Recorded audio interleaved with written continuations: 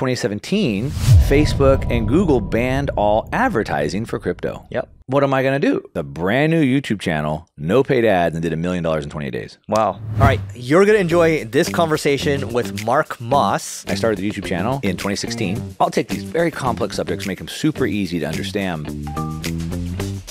On a YouTube video, I'll average 65% retention. Oh, wow. That's high. We talk about an inflationary crash that might be coming. It's just a really wide-ranging conversation. We're going to talk about how you can build a dream life for yourself.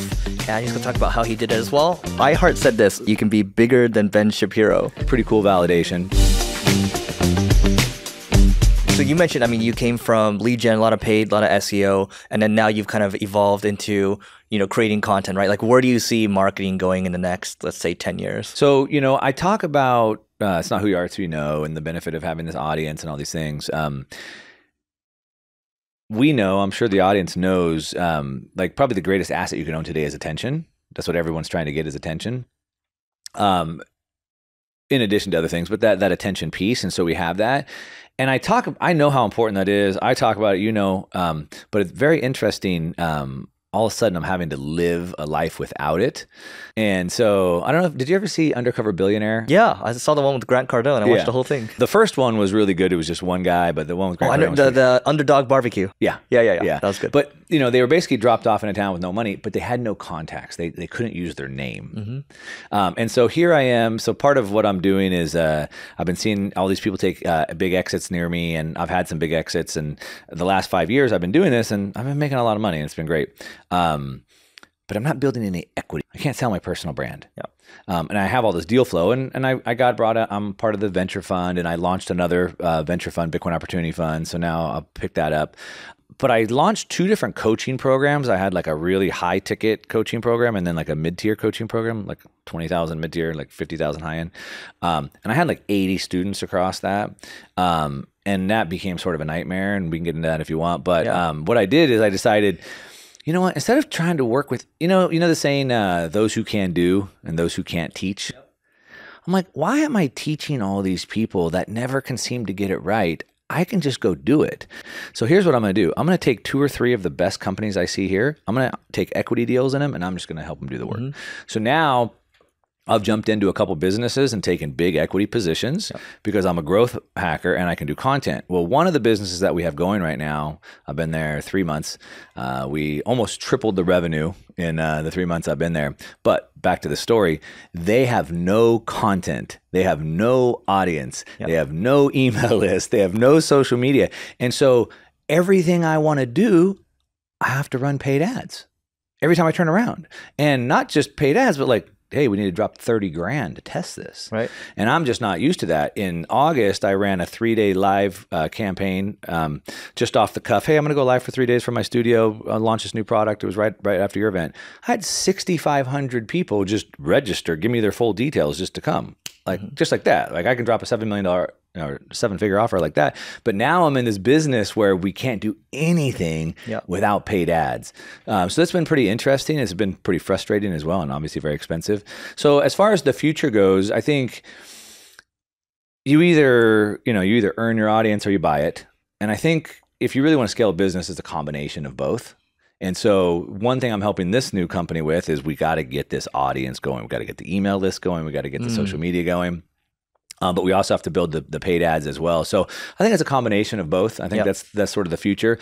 One prediction I have of the future of marketing, though, is I think we're unfortunately probably facing almost like this cataclysmic event where AI is going to create more spam than we've ever seen in our life. For sure. And the internet could almost become unusable. I mean, it's just going to flood. I mean, all these people go, oh, AI, write me a book. AI, write me a blog article. And it's just going to be crap. And it's just going to be just everywhere. And I don't even know how we're going to weed through that. And I think the future is going to be personal brands.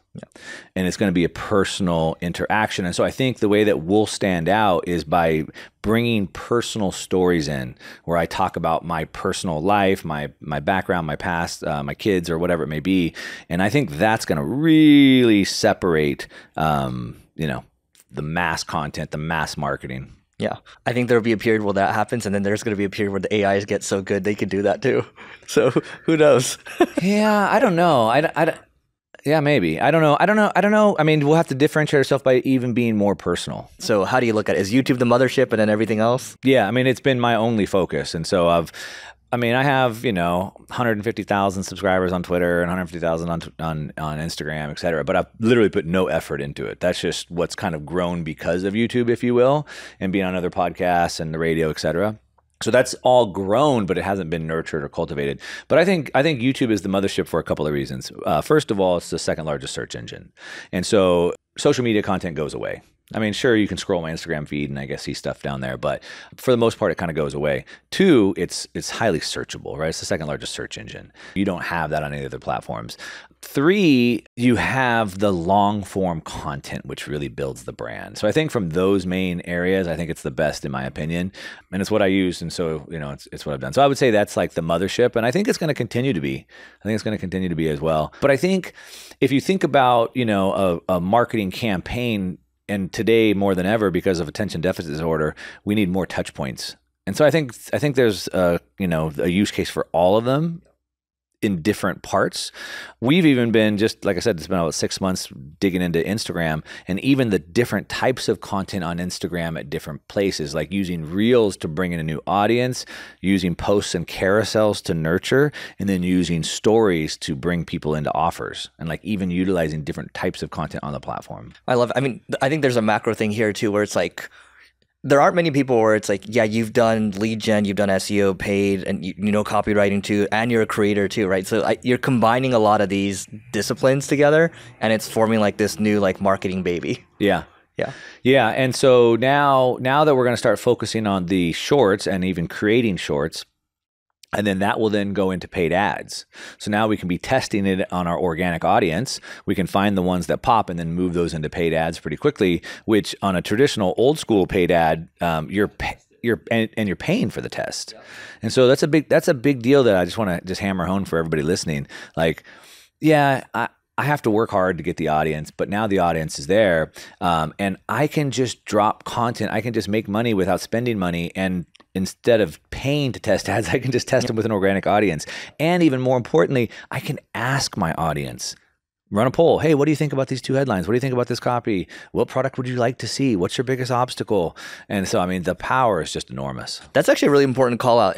And I would argue you don't even need an audience for like these reels, shorts, and like if it's really damn good, it just takes off, right? And then if you have really good ones, you can test for free now instead of having to pay the platforms. Just as a story, so in 2017, when I was writing the crypto newsletter, I went up to Boise, Idaho and trained with Russell Brunson on this perfect webinar, right? Yeah.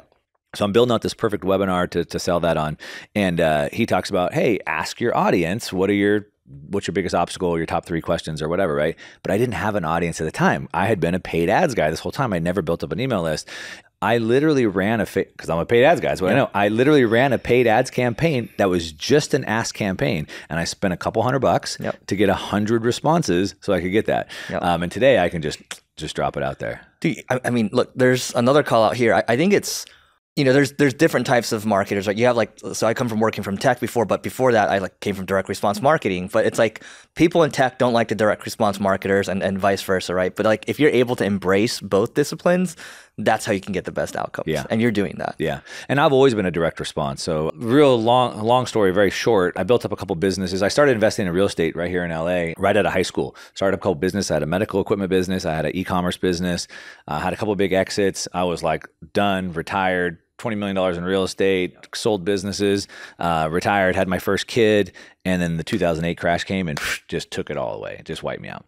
So then I basically lost everything, and I had sold my business, so I had no income, I had no businesses, I had no assets, and I had to move my new wife and my brand new baby out of our custom oceanfront house that I had just built with an elevator, 6-car garage, and we had to go find a place to go rent. How did I get going again? Well, I used my relationship capital. I had a friend that was a mortgage guy. Mm-hmm.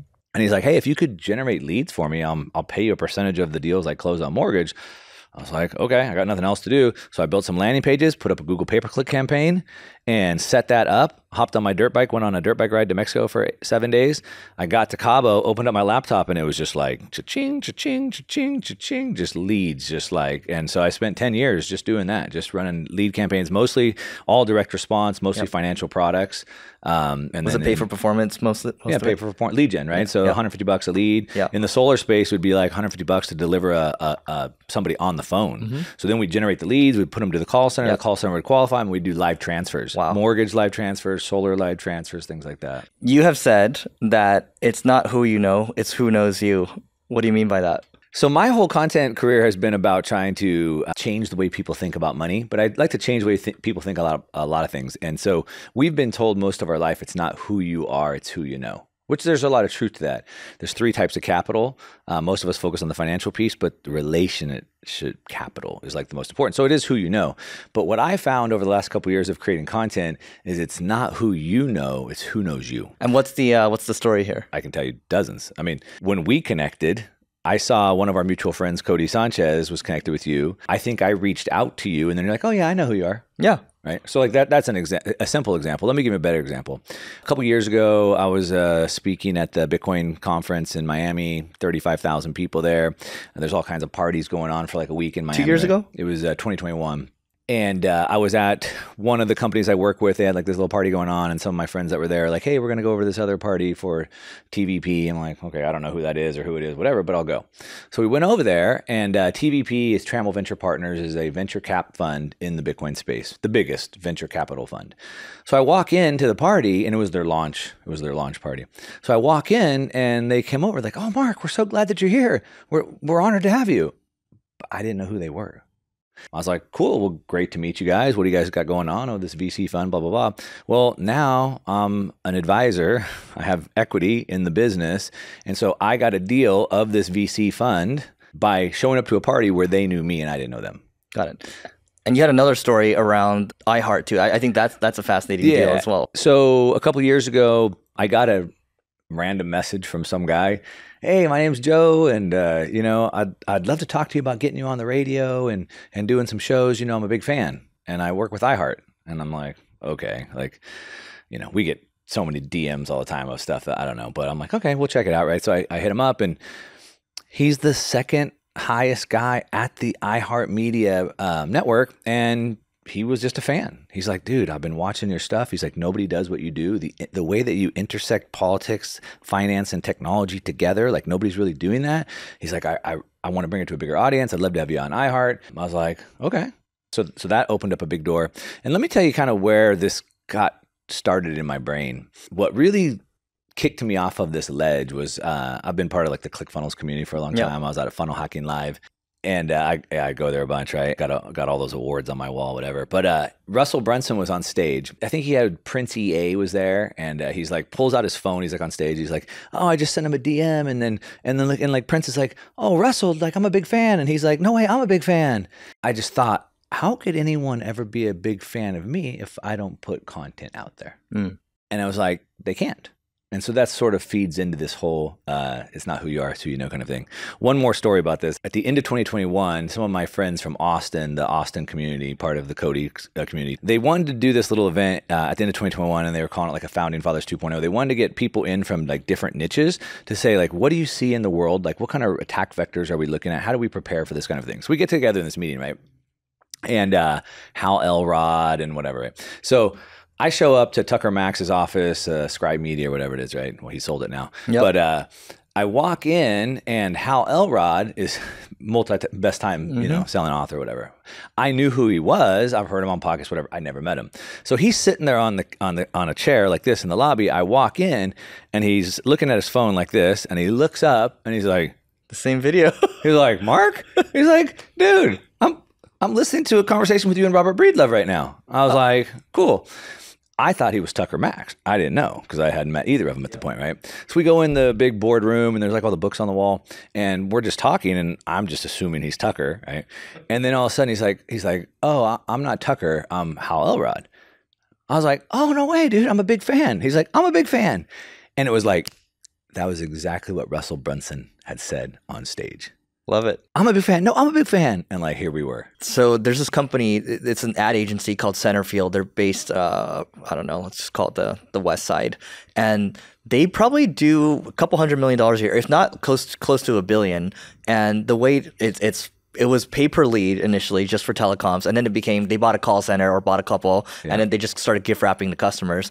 My whole thing has always been, look, if you're like a world-class marketer, you're just going to do pay for performance, and you're proving it. And I have a couple friends that have pay for performance agencies where they focus on financial too, and they do, healthy, 30, 40, 50 million bucks a year. Yeah. So the overarching rule, my team and everyone, my coaching clients get tired of me saying it, but you get paid for the value you provide. And so if you want to make more money, you have to get more up on the value level. So if I can just deliver a cold lead, it's only worth so much. If I can deliver them qualified, live transferred, it's worth more. If I could get them all the way through the application process, it's worth even more, right? And so like you want to continue to expand up that value transition. I was telling my social media guy just yesterday that like, look, I get hit up by 100 times a day by people wanting to chop up my content or post my content or edit my videos. That's a commodity.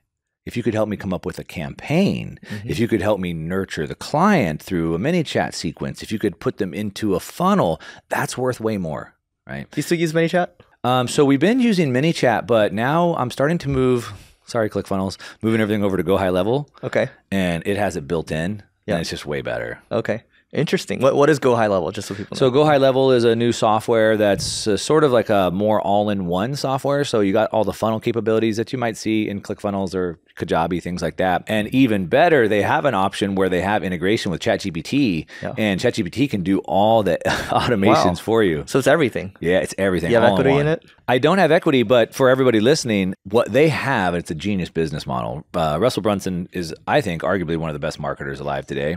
I don't even know if that's arguably. I agree with that. Yeah, right. And he's done great. ClickFunnels, I don't know, it's worth $100 million or whatever, right? Go High Level is worth $500 million. And they just launched a couple of years ago, and their model is completely different. And what they do is, I bought a master license. So ClickFunnels is $300 a month. For Go High Level, I pay $500 a month, and I have unlimited white labels I can resell underneath me. Huh? Interesting.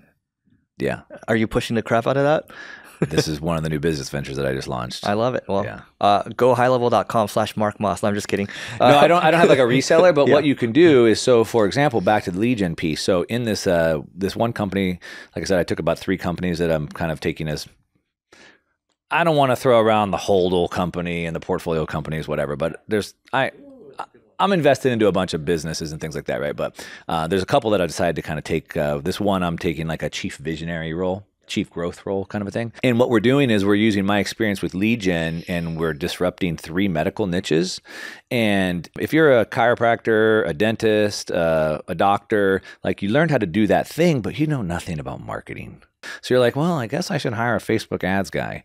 Well, they don't know anything about your business either. And even if they did a good job, even if you found someone, they deliver a lead, what do you do with it? How do I nurture the lead? How do I email them? How do I get them in? When I get them in, what's the script I use? Right. So in Go High Level, what we're doing is we have 3 medical niches that we're disrupting, and we're building templated websites. So it's like, hey, you're this medical office, pick which website you like. The whole CRM, the whole back end setup for you. If you want, we'll just deliver you leads, and back to the lead gen piece, not just deliver the leads. So now in my ad account, I just add your zip code, turn it on. Now leads go into your CRM, and we have all the nurture sequences set up. So all the mini chat, the AI, the DM, all that set up. So literally from you pick the template, we turn the ads on, the ads get completely nurtured all the way through, and literally you do nothing. A client just shows up at your office. And the ChatGPT component you mentioned as part of that, is it coming up with, is it just crafting follow-up sequences or something? No, well, no, it actually does live interaction. Okay. So you can, based on all the data you have. Based off all the data, and then you can kind of set parameters. I haven't got that far down that rabbit hole yet. So basically then what we'll do is then all these offices that come on, they pay us for the CRM, which is super sticky. So once we give them the website and then we start delivering leads in their CRM, how can they ever leave? So then we can say, hey, it's $500 a month for the website and the CRM plus the lead gen, whatever. And so that's sort of one of the pieces of this kind of one company I'm working with. I love it. So how is your business empire right now structured? Kind of the content sits top of funnel. So the main content is YouTube and the radio and the podcast. And then below that sits products. I have one full-time guy in my office with me who's sort of capturing content and helping kind of distribute that. Everyone else sort of sits remotely. Everyone else is kind of around the country, and they do different roles. As far as the business units go, in the sort of like investing niche, I have some educational courses, then upsell into like a annual newsletter subscription, $2,000. And then we have higher level coaching programs from there that go up to $50,000, $60,000 for the high-end program. So sort of everything from free content through lead magnets, like a value ladder, right? So free information, lead magnets, course reports, things like that. Low ticket education courses, and then the newsletter, which is then more like coaching because we're actually giving you, hey, here's a recommendation, buy this uranium asset kind of a thing. And then go into coaching programs. So that's sort of like that business product. I look at that as sort of my coaching advisory business. Then I have the media business. So the media business would be YouTube and radio and podcast, because that brings in a lot of revenue. YouTube channel brings in a lot of revenue from AdSense. And then the radio podcast I have sponsors for. So that's another pretty good sized business as well. So I sort of have the media business, the advisory kind of education business. And those are sort of probably the two main businesses that I have. And then because of people knowing me, I get this deal flow that's come to me. I have taken advisory positions and equity positions in 2 investment funds, Bitcoin Opportunity Fund, which is a Bitcoin ecosystem investment fund. And then I have the Trammell Ventures, which is a VC fund. And then I have individual companies that I've also taken equity positions in as advisory roles. So I sort of have like this advisory investing business as well. So those are like probably the 3 main assets. And then, of course, I have my own investments. So big real estate portfolio, my own, Bitcoin and stocks and all that kind of stuff that I manage. It's not really business related. And now, just in the last 90 days, I have 3 additional businesses that now I'm taking equity positions in to grow. Got it. And so people watching right now, they're probably thinking, okay, I can either decide if I want to focus or have like this business empire like you have it. Like, how big could it get? Like, could you give them a range for like what the potential is if they're to make an empire versus? Well, the potential is unlimited, right? Yeah. Obviously, I think in the media business, I mean, just super quickly, you get paid for AdSense. So depends on what niche you're in. I'm typically getting about a $20 per CPM on YouTube because I'm sort of in the financial space. What I've found is it's not so much on your tags. It's really what you're talking about in your videos. So if I make videos about banking, credit cards, things like that, I'll get like a $35 CPM. High. Right? Maybe even higher. If I'm doing more just kind of like Fed, CPI data, it might be 15, 18, but it's probably a blend of about $20, right? So you get to 1 million views a month, it's about 20 grand, right? So just to kind of give people an idea, short form content doesn't pay that. Yeah, YouTube Shorts ain't paying that. Yeah. So that's long form content. You typically want your videos to be at least 8 minutes because then they can put 2 ads in there. Podcast sponsors sort of the same thing, about a $25 CPM roughly. Yeah. If I did a podcast every day, then I can get more ad kind of copy in there. Newsletter, sort of the same thing. So that's sort of like the content piece, whether it's newsletters, YouTube, radio, podcast, it's all about the same. You're gathering eyeballs, you get paid for the views, but then it's what do you do with that attention? So that's where the next part of the empire goes. So then what can I offer to my audience that's of value? So between the courses and coaching programs, we fell just short of 8 figures last year. Courses and coaching, right? Courses and coaching, just on that. Oh, and then I forgot the other part of my business was my events business. So I've been running my own conference. So I've been running Market Disruptors Live. We have about 500-600 people that come. We did Miami, we did Dallas. We use those as a way to continue to build the brand, but then that sells the high ticket program. So like we did the first one, we did like $2 million in a day. Wow. So that's like they come to the back of the room and buy type of thing? Yeah. So we have the big events, and then I do smaller events. So then in my studio, my film studio, I can get about 30 people there. So then we'll do like smaller events that we'll sell there. So smaller kind of like mastermind events that I'll sell, and then the big events that we'll sell. So then we have like the events business as well. And you're driving traffic through your organic content, probably some paid and email list, I'm assuming? I have not email list. I have about 125,000 on my email list. So it's basically all just from organic content, mostly YouTube and the email list. The last 6 months, we've been Instagram involved in that as well. Really nothing coming from TikTok or Facebook at this point. In the last 5 years, I've probably spent $15,000 in paid ads. Wow. I mean, basically none. Yeah, basically nothing. I'll test a little bit here, test a little bit here. We'll run some AdSense or pay per click on our keywords, our name, you know, market disruptors, Mark Moss, kind of thing like that. Yep.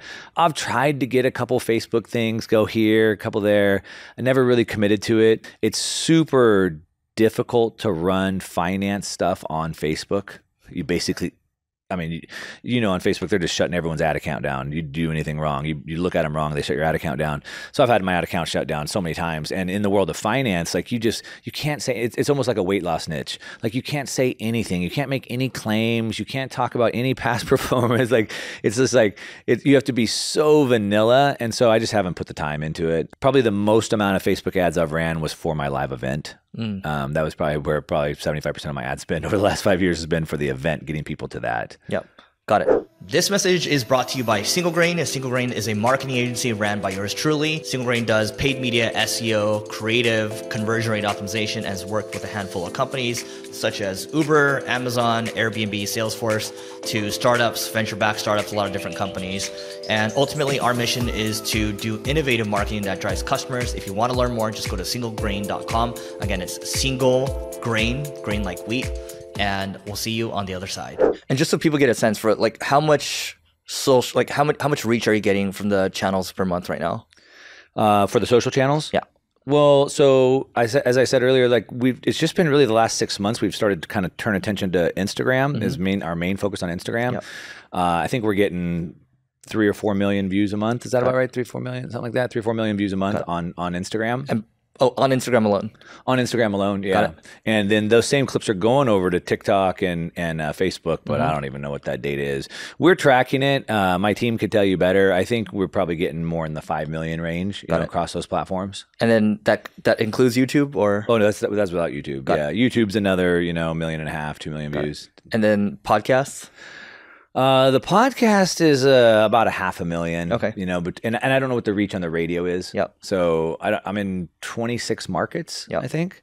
So that's like a weird deal. I don't know how that works. I would argue like your reach, like the YouTube, sure, it's like less views or whatever, but it's like such higher quality views, and maybe even for podcast too, it's even higher quality. Yeah. So that's a key piece. I've been binge watching your content. I told you, another one of our mutual friends, Blake, that you had on. I met him through Cody a couple years ago, and we keep up. And he's Mr. Short Form. And as I was listening to that interview, and I was just thinking, I only focused on long form, and I think what I've found is specifically, I try to focus on like high ticket items. And so with high ticket, from the data that I've found, you typically need about an hour and a half with a person before they can buy. While I don't get as many views as Blake gets across social media, the views are so much better, or quality, right? So on a YouTube video, on a 25-minute video, I'll average 65% retention. Oh, wow. Yeah. That's high. Well, I was just going to say, so when somebody watches you for 25 minutes and they've been watching 25-minute videos for months or years, I mean, they think they know you. So there's a lot of trust that's built. When you watch hours and hours of content, there's a lot of character that they pick up, a lot of personality. And so you really start to get it versus just a real short form. Yeah. I mean, I'm not a fan of doing short form content. And the reason why is I think it's one of the bigger problems that we have in the world today, where everybody reads headlines and they don't get the context. And today we see so much, black or white. People think very linearly, but everything has nuance. And if you don't pick up the nuance, you're just never going to get it. And I'll do a 20-minute video on like a big subject. Like George Gammon, he's one of my good friends. He'll dive deep into like reverse repo. Yeah. Well, I'm left watching that going, what does that mean? Yep. Why do I care? So then I'll do a video on like, hey, if you want the technical, go watch George. But let me tell you why you care about this and what it means to you, right? So anyway, I'll take these very complex subjects, make them super easy to understand, and I'll do it in like 20 minutes. And people will be like, dude, it's too long. Make it shorter. I'm like, then just read the headline. So anyway, I'm not a form of short form content because what can I really tell you in 45 seconds? Plus, I'll be honest, I don't know about you, but like I don't remember anybody from short form. Anybody, actually. Yeah. There's only one person, actually, Jenny Hoyos. One person. But that's because I watched a 35-minute video of her getting interviewed. That's the only reason I know her. Yeah. I think it's the way that I'm seeing it and the way that I want to approach it is like top of funnel. all my content is top of funnel, but really the shorts would be super top of funnel. That's how we've been using them on Instagram anyway.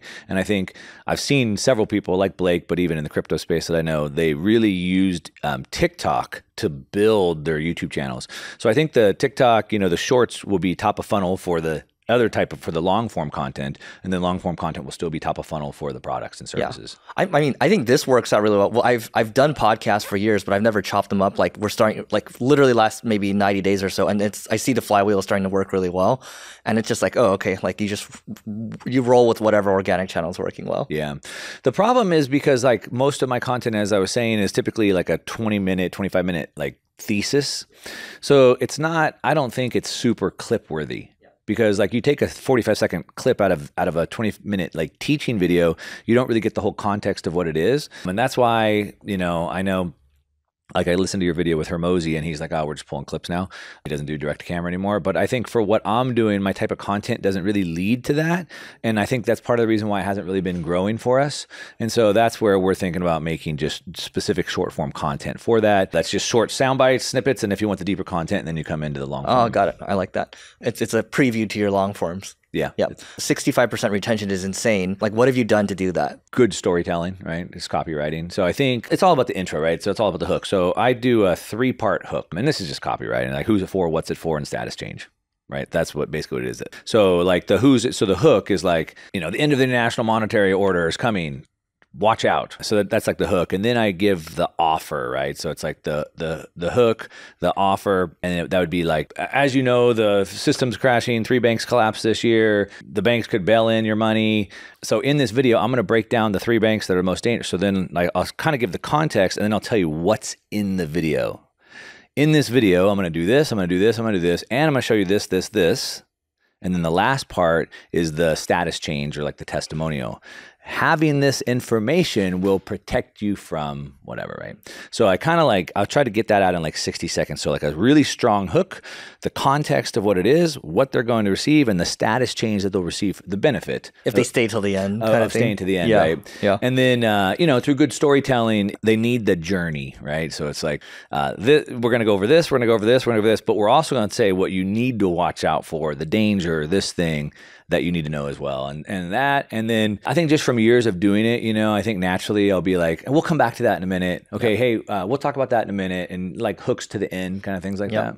I think it's probably second nature for you now, but that 60 seconds, that hook, and then everything you talked about, how long does that typically take you?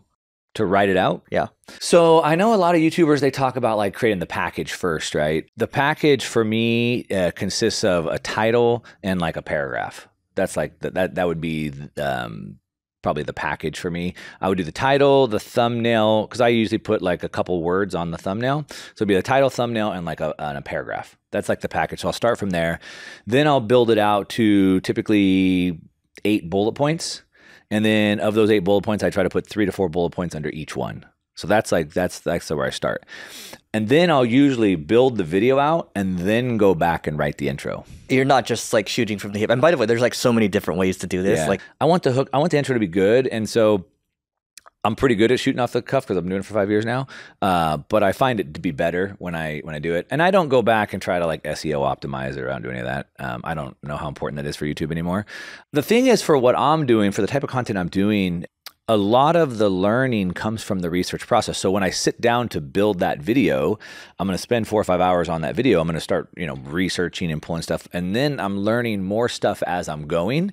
So that's why I'll go back and do the intro after I've built the video, because like, I'm not exactly sure what the flow is going to be. So then I might end up with 10, 12 bullet points, and then I'll compress it back down.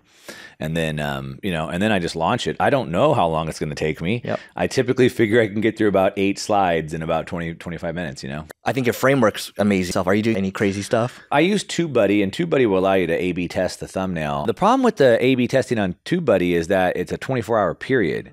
And so like typically you come out of the gate pretty hot, and then and so we'll look at like the click-through rate. That's kind of one of the big pieces for me. But like and if it doesn't seem to be taking off good, we'll go back and change a title or a thumbnail. But because the data has like that lag to it, like I haven't found a real good way to do that. I do know one of the big YouTube strategies, and I've seen Russell Brand hiring for this role, but is a YouTube optimizer.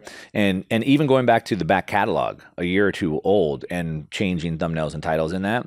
So shout out right now, because I'll throw it out a couple times, but I'm hiring all kinds of people. Yeah. onemarkmoss.com/jobs, onemarkmoss.com/jobs. If you want to be a YouTube optimizer, hit me up. So remote's good. Remote's good. But I could certainly use somebody sitting on that YouTube optimizing videos. But I'll go back to this, the type of content that I'm doing. So my content really changed around the pandemic, and I've sort of had different phases of content. When I launched the channel originally, the entire reason I started the YouTube channel was because I was writing a cryptocurrency research newsletter in 2016, and 2017 crushed it. But in December of 2017, Facebook and Google banned all advertising for crypto. Yep, I remember that. So now, what am I going to do? And now I had spent 10 years in lead gen. So I was a lead gen. Me and my partner were the largest solar lead generators in the nation at one point. So I'm deep into call centers and data and avatar dialers and SEO and paid ads, whatever. So I was running this on paid ads. They shut that down, and we had no way to sell the product. So my business partner at the time is like, hey, I'll just start a YouTube channel. I'll just do TA, technical analysis live, and we'll sell the product. It was a newsletter product and a trading product. Got it. And well, we launched the trading product, and it was just like lightning in a bottle. It was right when the advertising shut down. 2017, Bitcoin had gone from 1,000 to 19,000. Yep. And then all that shut down. We launched this trading product in December 2017 with a brand new YouTube channel, no paid ads, and did $1 million in 28 days. Wow. Boom. Just captured lightning in a bottle, right? I think we broke the ClickFunnels record at the time, and that was on $0 of ad spend. Yeah. So then I started talking about more business and success stuff. Then when the pandemic happened, it went like heavy macro, sort of like macroeconomic and like freedom. Those are sort of like the two things that I kind of talk about there. And the reason why I'm saying this is because a lot of it is like news oriented, is driven by the news cycle. And so it's not really evergreen. Part of what I want to do for next year is get off the news cycle. It's a hamster wheel. I'm done with the news cycle. I want to go back to more evergreen content. The news cycle is a hamster wheel. I mean, when you're doing like Ben Shapiro or like even Patrick Bet-David, who I love, right? And I think it's just tough because every day it's like, it kind of feels like a job. Yeah. It's a massive job. It's two things that people probably don't realize. One, I have to be in the news cycle 24/7. Because I come on to a couple podcasts a week and I don't know what questions they're going to ask me. So I need to kind of know about everything. Like I need to know what's going on in the oil market. I need to know what's going on with the war in Israel. I need to know what's going on with the Fed meeting last week. I need to know what the CPI data that just came. Like I need to know all that all the time. So there's hours per day of just staying in the news cycle. That's like the treadmill. Yeah. Right. Now, if I'm talking business, marketing, dude, I've been doing this for decades. I could just talk about that all the time. It doesn't really change, right? Mm-hmm. But in that news cycle, you have to be in. And Patrick David's more like on the politics side, but still, you got to know that he's reacting. Yeah. And then the second part is I've kind of sold my soul for the algorithm, so to speak. And so then what happens is, what should I talk about this week? What's the biggest story? Ooh, I don't like that story. Let me find a bigger story, right? And so it's two part. I mean, dude, I've gone a whole day and then not decided on an idea. Like a whole day, 6 hours goes by, 7 hours, and I'm just like, I still don't know what I want to do for a video. Yep. As opposed to, I keep one of the big hacks for me that I learned a long time ago, and it was actually through time management, is just capture every idea.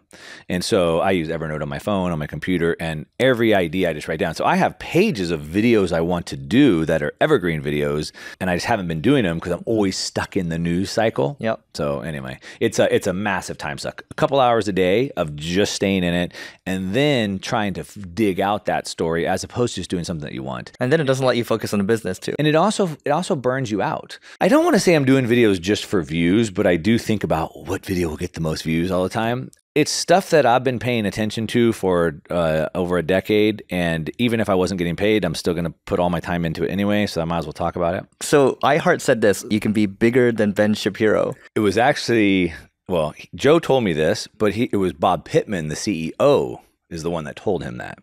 So Joe was telling Bob, hey, you got to watch this guy, Mark, whatever. And so apparently, I haven't talked to Bob personally, but apparently per Joe, he's like, yeah, Bob started watching stuff. And he's like, dude, this guy could be bigger than Ben Shapiro. He's like, I know, I told you. Yeah. So that was like pretty cool validation. I didn't hear it firsthand. I heard it secondhand, but got it. So I guess that's interesting to me because you know who sticks out to me right now. I was talking to George Gammon a couple weeks ago, and so he has his YouTube guy. We're in a Zoom, and his YouTube guy's like, "Yeah, your YouTube sucks." And I was like, oh, "Josh, yeah." Josh is like, "Your YouTube sucks." I'm like, "Oh, thanks," but like, it's true. And he's like, "Dude, it could be so much bigger." Blah blah blah. And they're like, "Dude, you guys got to look at Russell Brand." Russell Brand to me is entertaining. It's every day he's reacting to stuff, right? And to me, I'm like, I think you can do even better than that. So not even you'll be bigger than Ben Shapiro. I think you'll just be like this massive brand. And so how are you changing, I guess, your content workflow moving forward? Because you talked about how you're spending 6 hours a week on it right now, but you want to adjust it. You know, there's a whole lot to unpack in that specifically, but I kind of got thrown into the world of content creation. Actually, I didn't want to. It was my old business partner that sort of forced me into it. And I've gone through many phases. So I just celebrated like my 5th year of, I guess, being a content creator. I started my YouTube channel 5 years ago in October. And, you know, you'll hear a lot from content creators or coaches that coach content creators, and they tell you typically to like focus on one platform. So all I focused on was on YouTube. I didn't build TikTok or Twitter or Instagram, none of that.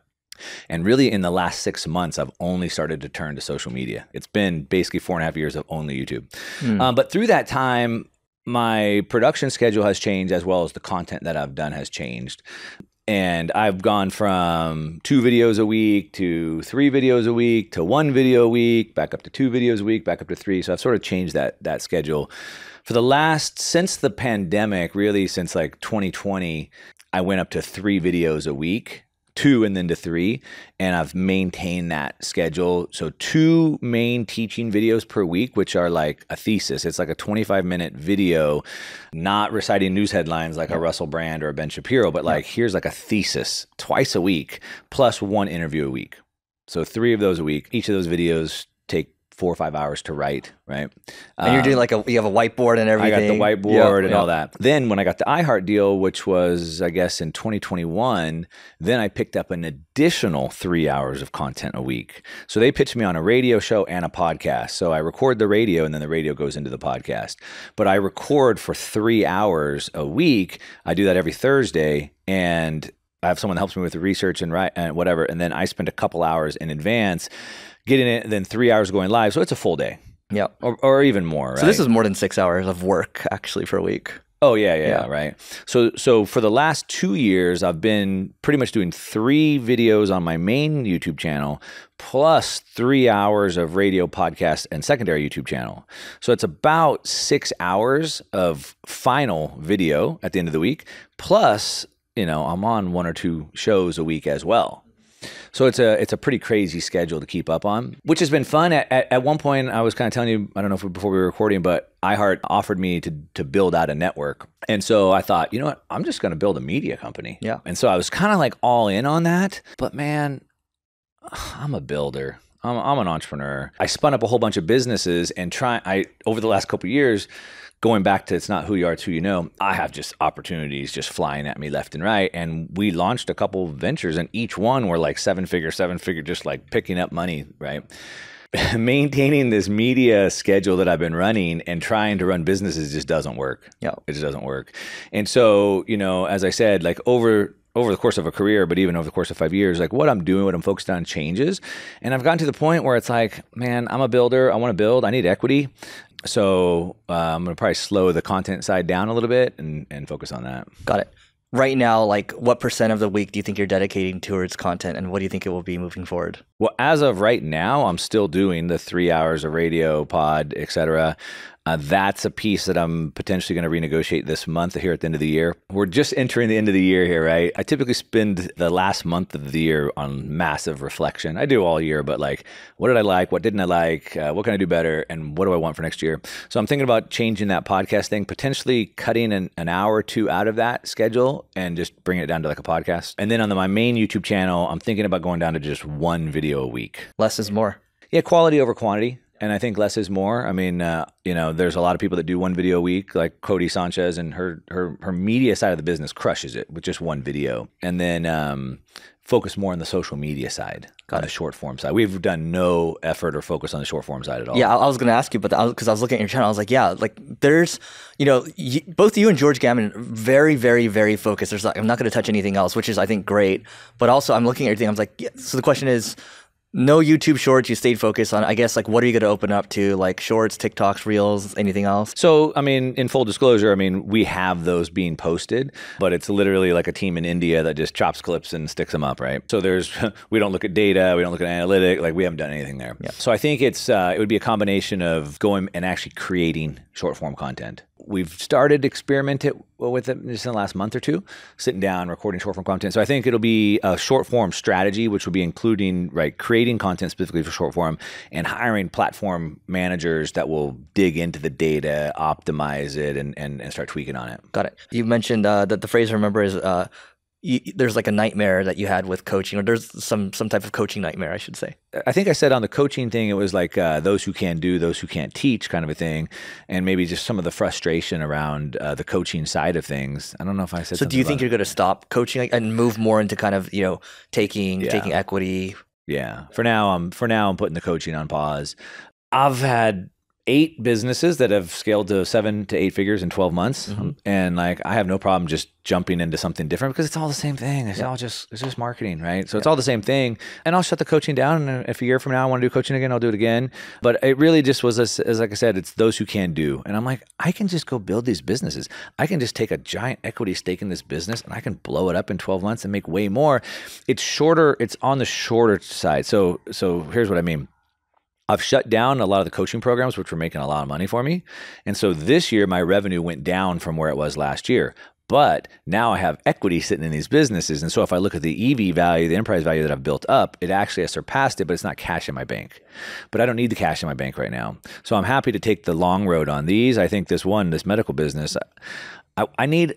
Not because I'm greedy and I don't need the money. I climb mountains. Mm-hmm. I'm a snowboarder. I jump out of helicopters. I ride dirt bikes. I climb mountains, and I want to climb business mountains too. I need a 9-figure deal. Yeah.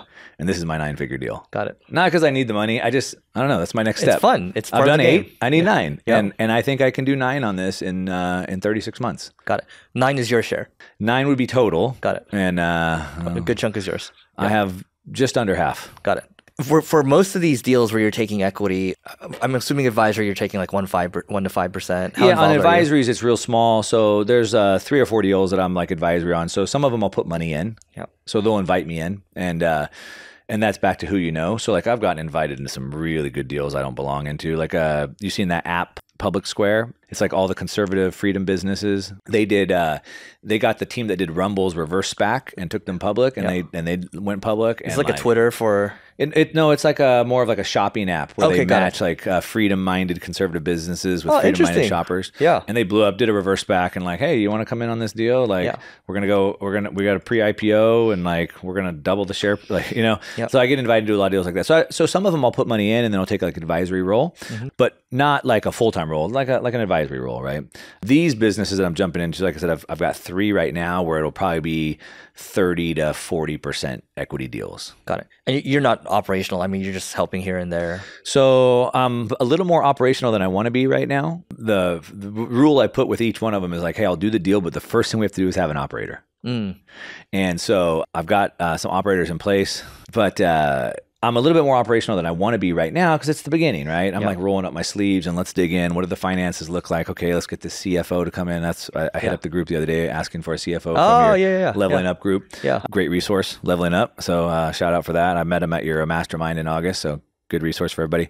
But yeah, so let's dig through the finances. Let me get a CFO in place. Okay, let's get the operator in. Okay, let me fix up the marketing. Okay, what are we doing? Let me rewrite the VSL. We're going to launch this book a call campaign. So I'll write that. Like those are things that I'm really good at.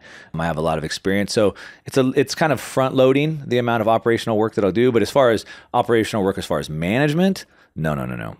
If I look at my career, I would look at like in the investing space, in the oil space, you have what's known as like a wildcatter. So wildcatter is the one that goes to the plains of North Dakota or Texas, and they'll find a piece of land, find out who owns it, put a contract on it, they'll drill and they'll hit oil.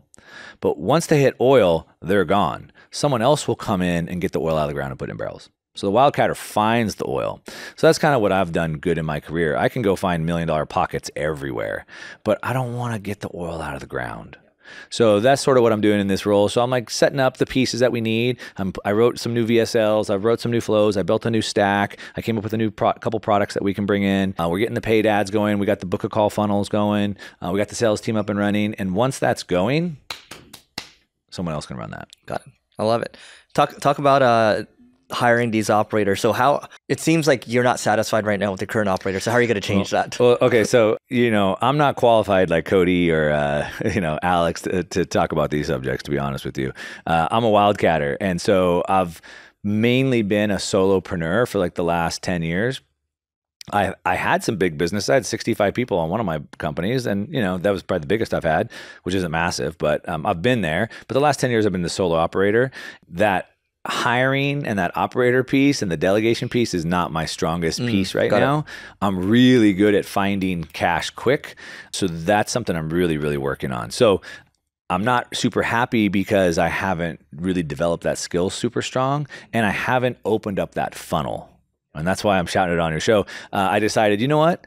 And it was really just in this last 60 days. And I just read the book, Who Not How. Oh, got it. I read the book Who. Yeah. And now I just read the book Who Not How. Yeah. And it just made me realize that over these last couple of years, I talked about shutting down some of these coaching programs.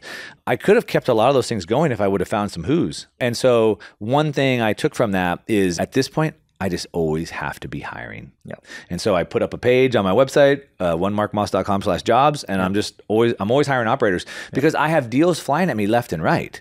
And so if I have good operators, I can just stick them in. If I have good content people, good marketing people, etc. Do you remember that book I gave you at the event?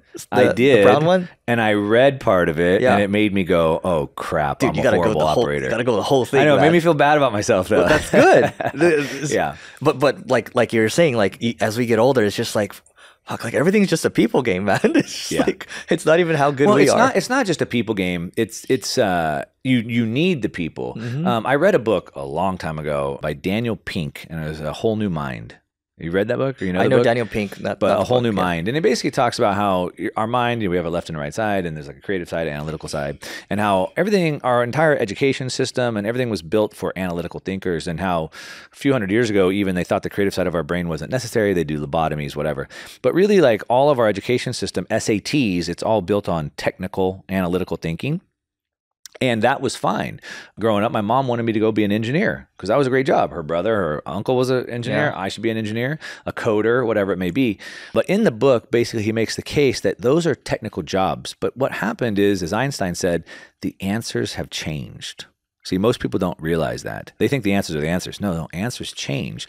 And what changed the answer was that the internet came. And with the internet, we were able to now scale technical workers across the globe using Upwork, which I use, or Elance or whatever. I can hire any technical person I want.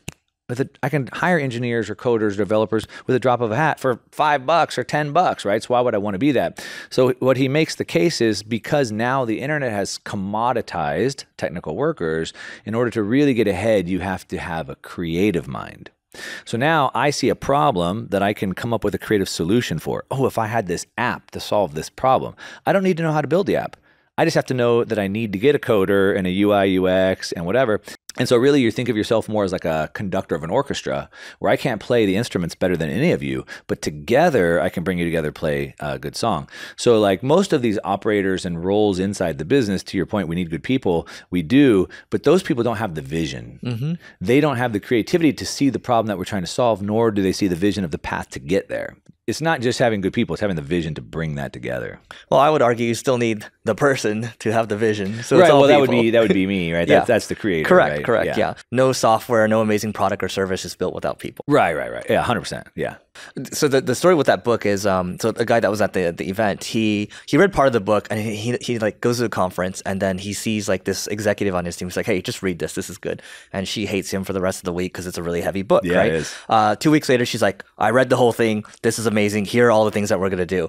And it's just like, boom, the company has changed, right? I can't thank that book enough because I think it's like the modern day version of it's really good. High output management. It's really good. Yeah. I read a few chapters and like I said, it made me feel bad at myself. I'm like, oh my gosh, I feel so bad. I don't do any of this. This message is brought to you by Leveling Up Founders. And Leveling Up Founders is an invite-only event for founders. It happens once a year, usually during August. And past attendees include people such as Ali Abdal, Cody Sanchez, Neil Patel, Vanessa Lau, and the list goes on and on.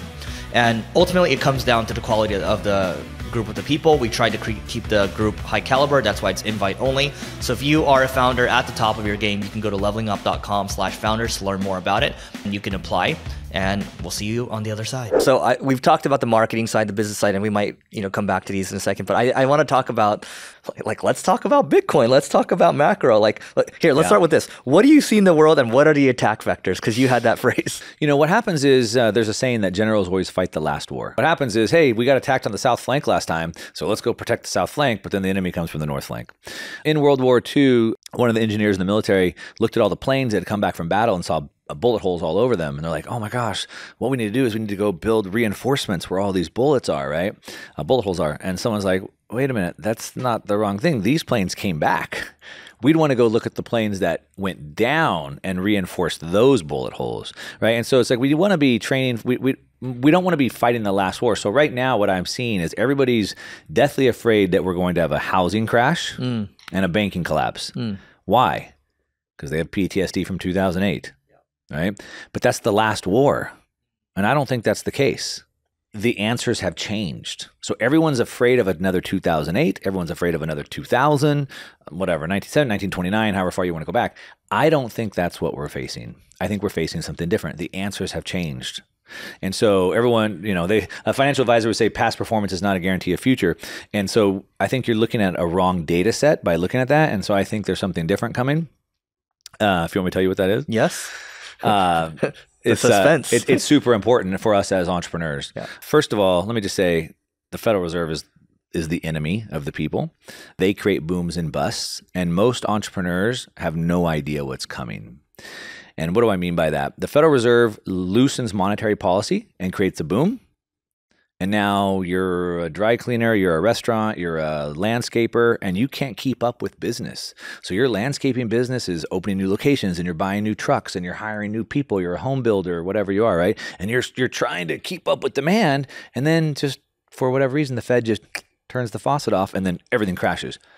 But you just hired all these people and just took on all this debt to expand, and now you're out of business. And then the Fed says, oh, well, let's turn it back on. And then it booms again. And all these businesses, they just don't understand this cycle. And so it's a big deal. But anyway, here's what I think is happening. You have to understand, most people are afraid of a crash, a market crash, a recession, whatever.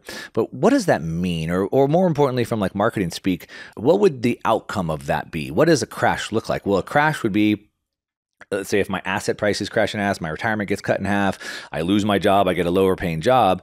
Basically, the crash is my standard of living has gone down. Correct. Right? That's the outcome.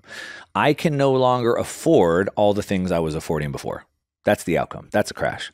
Okay. Well, there's two ways to get there. And this is what most people don't understand.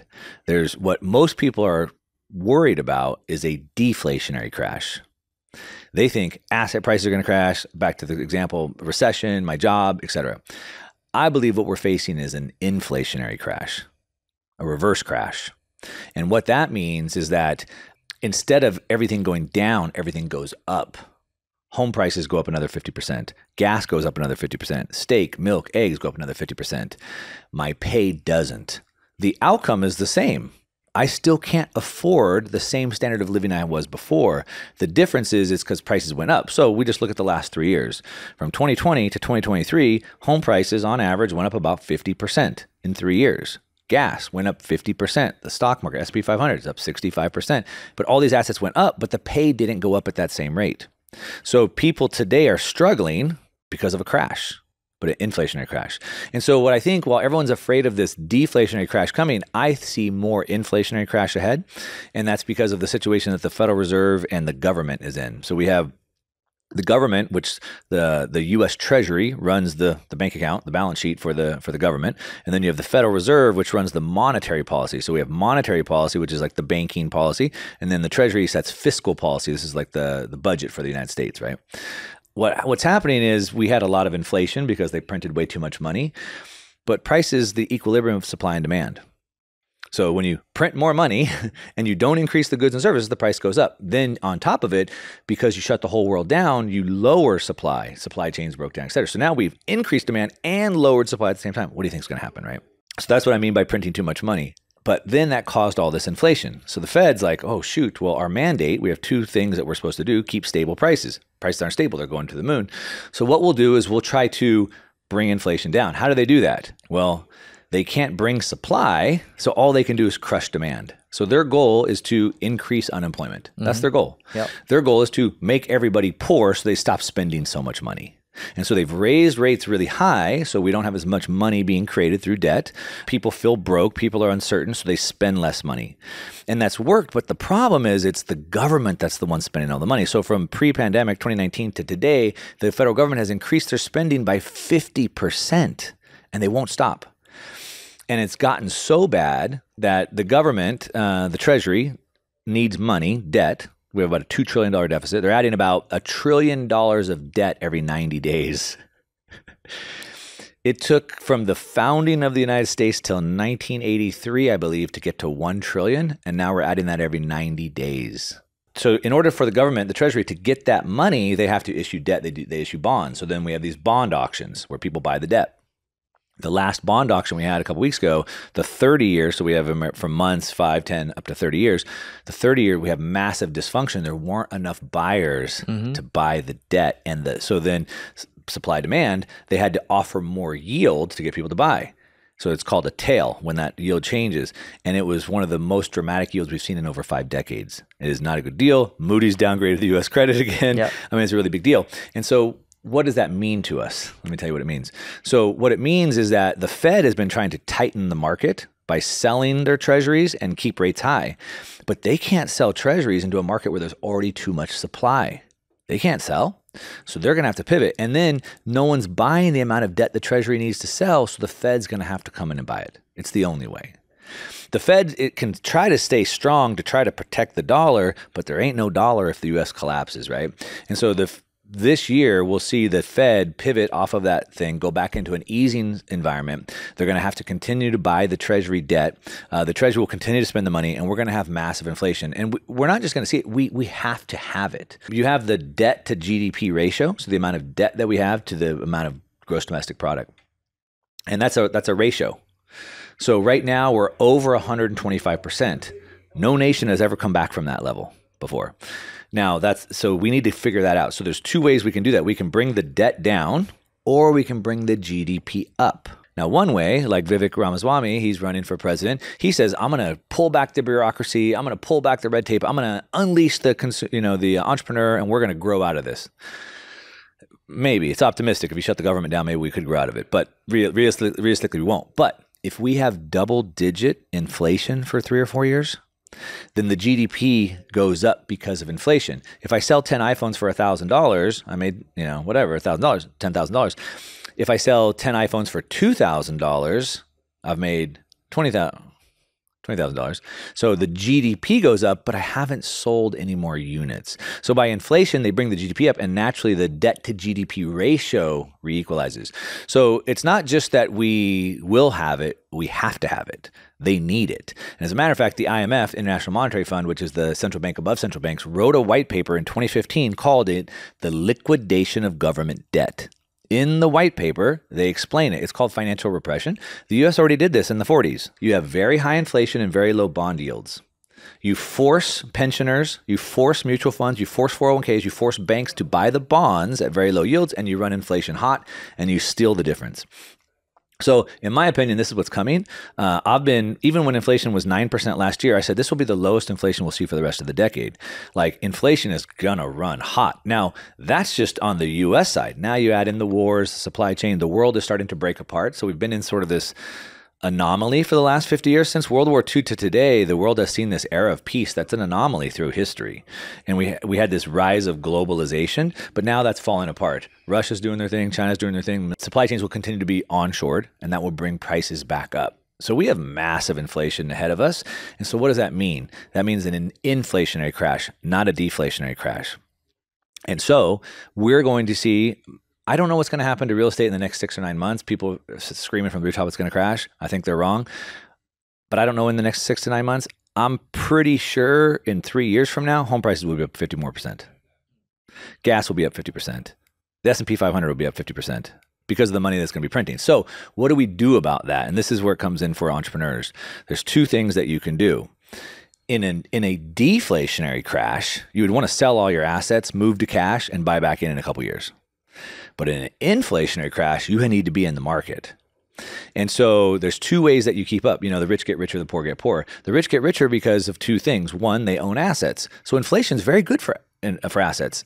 I want inflation because I want my assets to go up. So that's number one. Two, you have to be able to control your income. And this is the big piece for all your listeners. If you're a W-2 earner, you can't control your income, and your income will not keep up with inflation. And so if you want to survive, you need to be able to increase your income with inflation. And so as business owners, we can raise our prices, right? So there's a lot to unpack there. Yeah. How can people go about, let's say you're a W-2 employee, what are some ways to get started to protect yourself from inflation? Well, so first, you can try to lower your expenses as much as you can and try to get as many assets as you can because the assets will go up. Let me just tell you real quick. There's three types of asset classes I would look at very broadly. A lot of assets like the S&P 500 and real estate, for that matter, are proxies for the money supply. So if you look at inflation-adjusted returns, or if you divide the S&P 500 or real estate by the increase in money supply, they haven't really gone up in value. They've perfectly kept you up with inflation, but you haven't gotten ahead of inflation. Yeah, you don't feel richer. You don't feel richer, right? And so what we want, or I want, is I don't want to just keep up with inflation. I want to beat it. So here's how you do it. There's three types of assets. You have scarce assets. Okay, these are collectibles, fine art, cars, things like that. Bitcoin, finite. Beachfront, lakefront property, scarce assets. Then you have energy-intensive assets. These would be commodities, gold, wheat, oil, because they take a lot of energy to get out of the ground. You can't just mass produce them. Uranium, right? And then finally, you have non-scarce or non-energy intensive assets. So you want to stay away from those. A lot of those are just equities and speculative things like that. So let's just look at these two categories real quick. So over the last 3 years, real estate on average has gone up about 50%. Austin is the fastest growing city in the U.S. for the last 2 decades. And Austin real estate was about at the top of that range at about 50% over the last 3 years. In Austin, there's a lake called Lake Travis. And there's only so many homes that have lakefront access. When Silicon Valley started moving there, Facebook, Meta, et cetera, if you're an exec from Facebook making $25 million a year, what do you care if the house is $1 million or $2 million or $3 million for that matter? You don't, right? So those homes on the lake went up by 200%. See, Austin went up by 50. The lake went up by 150. So that's the power of scarce assets.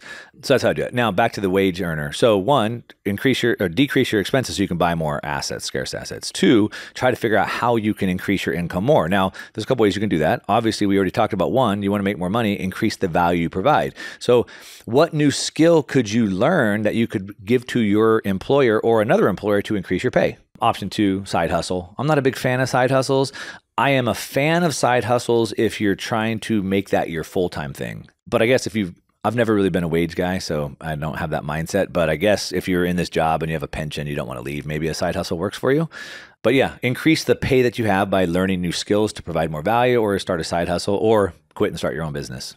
Do you think anything drastic will happen in the next 6 to 9 months? Because I was watching actually a George Gammon video. This is months ago. He's like, by June of 2024, this is when the recession happens, right? So like, what is your take on it? It's like, or is it just we're just going to continue to crash up, which I feel like we've been doing for the last couple of years? So we don't have a crystal ball, and I'm going to answer that question, but I'm first going to say, who cares? And what do I mean by that? Nothing good in your life comes from short-term thinking. All growth comes from long-term thinking. Charlie Munger, who just passed away this week, R.I.P. Charlie Munger, he said that the big money is not made in the buying and the selling. The big money is made in the waiting. Okay. So all good things come from taking time. So who cares what happens in the next 6 months? I want to know what's going to happen in 3 years from now. Decades from now, right? So it depends on your time frame. So for me, I'm pretty confident homes will be up 50% in 3 years from now. What happens in the next 6 months to homes? I don't really know. Right? Now, some people want to be this trader and, but if I just wait 6 more months, I get a better deal. In 3 years, does that matter? Right? Charlie Munger says it doesn't. I would rather take that time, effort, energy and put it into something that can make me more money. But to answer that question, obviously, one, we don't know. Two things that I want to unpack in that. So again, George and I are good friends. I'm going to preface this. We don't see eye to eye and everything. He's talking about a recession. And he's talking about this yield curve being inverted. And when the yield curve re-inverts, then it signals a recession's coming. So what? What does that mean? What we learned in 2020 is the economy and assets are not the same. We literally shut the entire economy of the whole world down, but assets went up. So what if we have a recession? Who cares? What does that mean? Now, well, I could lose my job. Are you in a sector that's susceptible to that? Or are you in a recession-proof sector? So you want to unpack that. Like, what does it mean? And then back to the attack vectors. Yeah. I want to understand, what are my threats? What are my attack vectors so I can plan for that? So, for example, well, if we have a recession, people won't have as much money. So probably tourism might take a hit. Do I work in tourism? No. Then I probably don't worry about it. Do I work in tourism? Yes. Well, then maybe I should find a new job, right? I work in insurance. Well, insurance is going to be the same no matter what, right? One of my buddies owns a emergency services company. He does like fire, flood remediation. I don't care about a recession. Same with HVAC. Right, HVAC or whatever, right? So what does that even mean if we have a recession? People need to think through that. And so George is making those videos. Like I said, we're friends, but yeah, so what? So well, we have a recession. I think like, let's say if you're holding all cash right now and it's like, a recession, like a deflationary crash is coming, or we should hold on to our cash. But if it's like, if it's inflationary, maybe we should like put the cash into the market right now, right? So yeah, exactly. And so that's the big thing. When at your event, you had George speak. And so, like I said, we're good friends. We went out to dinner one night and I was like, hey, George, I just made this video. Michael Burry, he keeps tweeting sell and then he deletes his account. And I made this video from over a year. I've been saying the market's going up, the market's going up, the market's going up, and it's still going up. And George is like, Mark, that's a very irresponsible video for you to put out. How can you put that video out? He's like telling people to buy in this type of a market. But here we are 4 months later and we're at new highs on everything. Yeah. Now, I want to just preface this to everybody. We have to be nimble in this type of an environment, but I don't want to overtrade it either. And so George said that was very irresponsible for me, but here we are 4 months later and asset prices are way higher than they were 4 months ago. Right. You would have made 100% on your money if you would have bought Bitcoin when I made the video, right? Yep. I think that we should take the market as it is, not as we think it is, not as we want it to be, but as it is. And so the answers can change, but I would guess my odds, over 50%, my base case, as I would call it, would be that in 4 to 6 months from now, asset prices are probably still higher.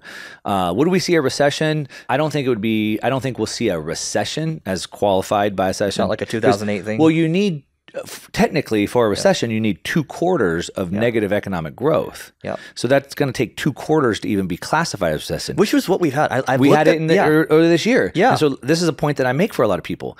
And this is an important piece for everybody, okay? One thing I say all the time is people need to learn how to learn. I was told by everybody in my niche, and I'm sure you heard it because you're paying attention, when the Fed raises rates, that's the risk-free rate goes up. Stocks have to reprice down. The PE ratios have to come down. They have to. When the interest rate on mortgages go from 2.5% to 8%, home prices have to. Do they have to? Because they haven't. Here we are 2 years later, and none of that's happened. Right. They don't have to. So Mark Twain said, it's not what you don't know that gets you in trouble. It's what you know for certain. Right. And so they have to. People have been saying for 2 years it's going to come down. It hasn't. Now, home prices in Austin are pretty weak. They're down about 12%. It's probably one of the worst. Seattle, Austin are probably the worst 2 areas in the country, I think. But where I live in Orange County, home prices are still up year over year, right? So there's regional things. But I want to challenge that. It doesn't have to. And I think there's a couple things in there. One, people realize the game is up. People are starting to realize that the Fed has to continue printing money, that inflation is going to continue to be there. For sure, QE is coming back. For sure, QE is coming back. People are starting to realize that, and that's why stocks are not coming down, even with threats of recession. And I'm from the Austrian School of Economics camp, and the godfather of that, Ludwig von Mises, wrote something about, he called it the crack-up boom. And then he says, and then suddenly the people realize that inflation is both permanent and intentional. And they lose confidence in the money and they buy whatever they can. I'm paraphrasing it. But that's what people realize. Now people understand that. Now, if you've noticed, just in the last 2 weeks, the White House, the Biden, his Twitter account, White House Press Secretary, KGP, they've been running this and even headlines that inflation is not from money printing. They're like trying to like throw shade on that. But people realize that. So how do people learn how to learn? Yeah.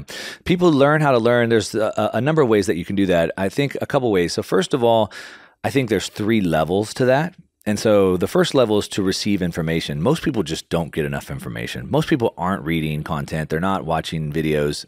But then what do I do with that information? So for me, people ask me all the time, Mark, what book should I read? What do you want to learn?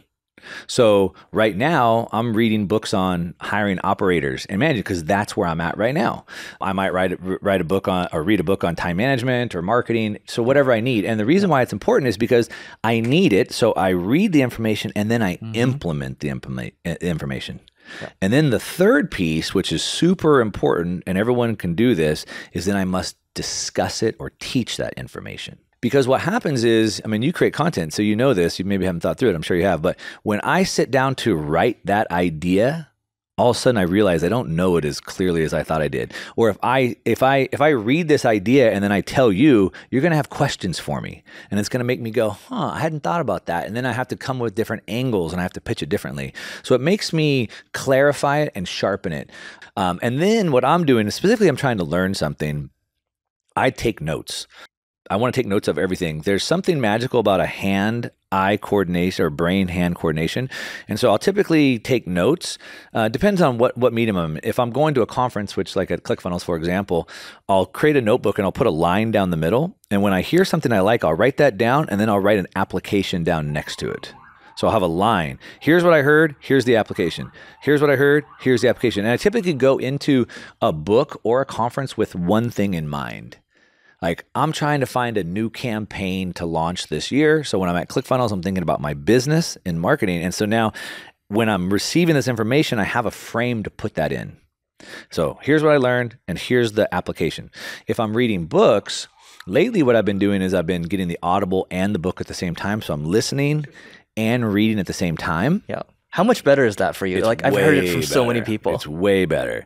Not only is it so much better because of the retention, it's also better because of you're hearing it and seeing it at the same time. So you have two forms of learning at the same time, and then you can go through it much faster, right? So how do you do it for one of those like 28-hour books? Like I'm going through one of those right now. What is it? The Laws of Human Nature, and I'm just like that thing's probably a tomb, but I for sure am not retaining. To your point. Yeah, I just want to show you. So I just told you I just finished reading the Who Not How book. Yeah. So what I do is I create an Evernote sheet for a book. And then in here, you can see like my notes that I've put in here. Yep. So then I'll put notes and I'll put like the page number. On page 65, 90 days a moving future process, page 65. And then I put all my thoughts here. And so then, like what's an example of one of your thoughts there? Looking back over the past quarter, what are the things that you have achieved that make you the proudest? So I told you at the end of the year, I do a lot of reflection. Yeah. So this is what's in my mind right now. So this is what stuck out to me. Okay, how can I do my end of year reflection better? So I kind of wrote this down. I think that's powerful because the way I do it right now is like I'm reading the Elon book and I'm dog-earing a lot of things. I'm reading some other books at the same time. But the problem is I never come back to those dog ears, right? Like you have to be taking notes. And I like the whole, hey, like what's the actual application to this too? Because then you could actually, like the point of reading is like to actually do something with it. Yeah. Yeah. And you know that like you can hear the same thing a year later and it just hits you different. You're in a different part of your life, a different messenger, a different context. And so that's why it's important for me to have that context I go into. What I used to do before Evernote is I would sit down with a book and I would keep a little mini notepad and I'd write it down, I'd rip it out and stick it in the book. And I'd keep reading instead of dog-earing it. That's good, yeah. So then I would have my thought and context on that notepad and then stick it in the book. And then I could just grab the book and I could see all the things that I'd put in there and I could just turn to any page I wanted. That's good, yeah. But now I do it all in Evernote because now it's like searchable, right? And things like that. And then you want to go back and recall that information. So now we need repetition. And this is why like some of the best books you need to reread over again. One, they hit you differently, but it's also that repetition, which is why I take the notes. So I take a lot of notes. I'll go back through my notes. I have the page number, and then I can go back and reread that again. So that's sort of, I guess, my tips of how to learn. One, being learning how to critically think through the information. And then two, when I'm receiving the information, really taking good notes and taking applications down, making notes so I can go back to them. 3, applying the information that I've learned, and then 4, teaching that information. So in this example, right, I told you at the end of the year, I'm doing reflection. So here we are in December at this time of this recording. And this is my month of reflection. What went good, what went bad, etc. So that stuck out to me. I'll write that down. This year, as I'm sitting down to do this, I'll grab those notes and I'll actually do that.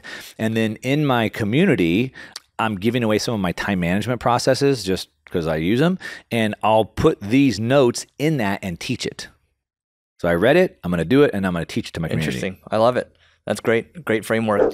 By the way, Neil and I have an agency owners group called the Agency Owners Association. All you have to do, just go to marketingschool.io/agency. Once again, it's marketingschool.io/agency to learn more. And now back to the show. Last two questions from my side. How are you invested right now? So, for me, you've mentioned Warren Buffett a bunch, the deal box, and I think that is super powerful and it's true. So for me, I think, and then kind of going back to these three categories of assets, I believe that most equities are these non-scarce and non-energy intensive assets, and I don't really mess with that. So even like a Google or Meta? Yeah, I mean, the S&P 500 is a perfect proxy for inflation. So the way that I'm invested, and it's changes. So the way I'm invested today is not the way I've been invested over the last 10 years, let's say. But I'm mostly invested in my business. I'm 80, 90% in my business, right? As far as my assets, they're broken down. Bitcoin is a massive holding. I wrote a crypto newsletter for 4 years, and now I don't mess with that. I just buy Bitcoin. So Bitcoin makes a really part of my big holding. I think everyone should have a minimum of 1%, probably 5% of your portfolio in it. You're much higher than I'm assuming. I have way higher than that, right? Yeah. So that's a big chunk, probably like a third of my portfolio. Yeah. Real estate probably makes up a really big chunk of my portfolio. Super scarce, both of those. Yeah, super scarce. So I have a ranch in Austin with cows and goats and stuff like that. I got a house on the beach here in Orange County, and I'm currently building a house in Cabo on the beach. So beachfront, scarce Close property. to Palmas? It's just north of San Jose, of the airport, San Jose. Okay. It's called the East Cape up there on the dirt road up there. Yep. So yeah, beachfront property, scarce property, ranch, land property, some Airbnbs, some vacation rentals, income properties, things like that. So real estate's a big piece, Bitcoin's a big piece. And then I like to speculate. So I do quite a bit of venture cap and like private equity stuff. But those are like in businesses that I can understand.